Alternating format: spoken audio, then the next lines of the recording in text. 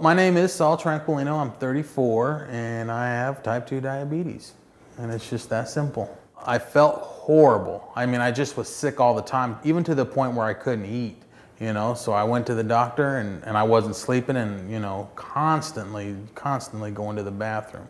So I said, I need to know what's wrong with me. They kind of knew already before they even did the blood test or anything like that. And that's what they did. And about a week later, they called me and told me I had type 2 diabetes. It wasn't tough to hear because I just wanted whatever was wrong with me to feel better because I felt so horrible. I mean, I just felt, I can't even tell you exponentially how much better I feel just getting it under control, how bad I felt.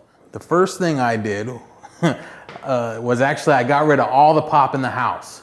That was the first thing. Like I took it actually over to my brother's house and I'm talking like cases of pop,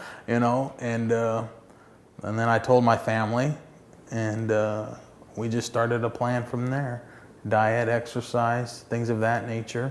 Actually started looking online because I'm a technology guy, looking for apps that would help me, watch what I'm doing, exercise, heart rate, things of that nature. And that was actually, I think, one of the first things we did. It's working out great. Like I count my carbs and my calories all the time, and it's amazing when you start putting in the things that you're eating on paper or anything, how much stuff that you eat in a day, and it makes you feel bad, For a little while, Now I'm down to 1,100 calories and 150 carbs a day, and it's not a problem. Now at first I was hungry.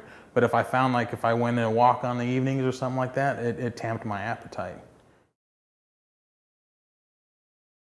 Well, the first thing for me, and I was really big when I first started, was my first walk. I did it for 41 minutes. I only walked 1.5 miles. So it doesn't matter as long as you start somewhere, And I was dreading it. Like I'm sitting on the couch. I don't want to do this, but eventually, you just got to, just try to, One time, originally my goal was they say a habit is 20, you do it 21 times, it's a habit. So I thought if I went out and walked 21 times, in a month, I have a new habit. And that's pretty much how I started the program, just walking. Yeah, and that's all I still do now. I haven't tried to start jogging yet or anything like that. I just walk, and as long as my heart rate's up and I'm doing the right things, and it works. Just stay positive. Just stay positive about it, and make it more of a life experience as opposed to a hindrance in your life. Because today I live normal. Nobody knows I have diabetes. When I'm walking around, nobody knows. Nobody's going to judge you for it. You just have it. And so if you just stay positive and include your family in it, I think most people will be just fine.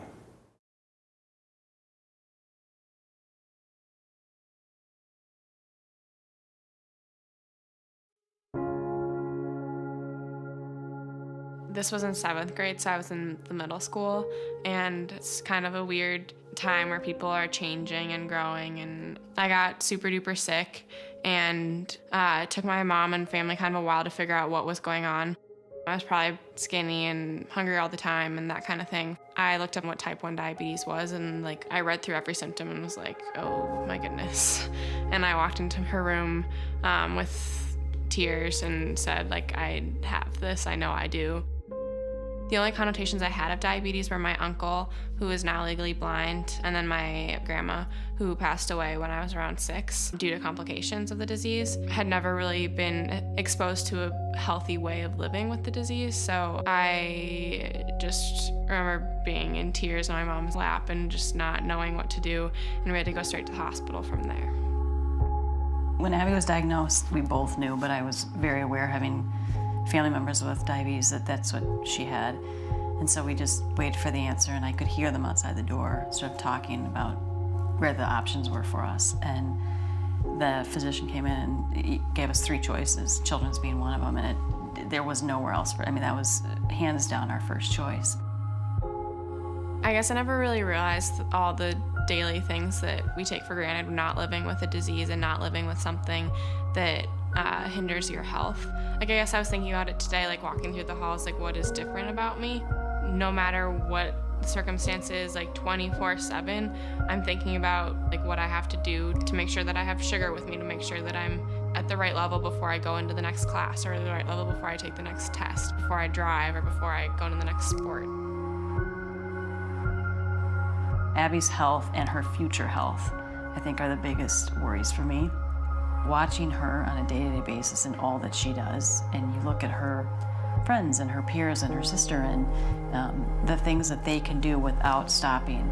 There isn't a test that she takes, there isn't a text that she sends where it doesn't have implications on her health, and that's not fair. The compounding effect of a bad week exists, and you may not be able to see it in her smiling face or in her having fun with her friends or playing tennis or whatever, but in the back of your mind, today just increased her chances of having a major organ failure by X%. I would say it's definitely brought us closer. It's there's sort of a feeling of it's the four of you against the world. You really form a special bond. And I wouldn't trade that, but I certainly wouldn't wish for that. The reasons. They're amazing parents, and I couldn't imagine thinking about all the stuff that they think about. It's gonna make me cry.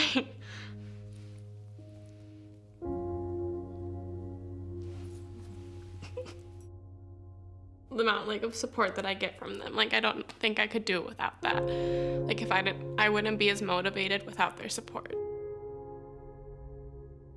I think that my future is a little bit different than most other teenagers. When I go to college, I have to think about establishing friendships right away that I know people are going to be watching out for me, not necessarily just going to parties, but every day. And who's going to be the person who, if I ever have an ambulance ride situation, who's going to be that person? I think that seems a little bit scarier going into college than for other people. Right way.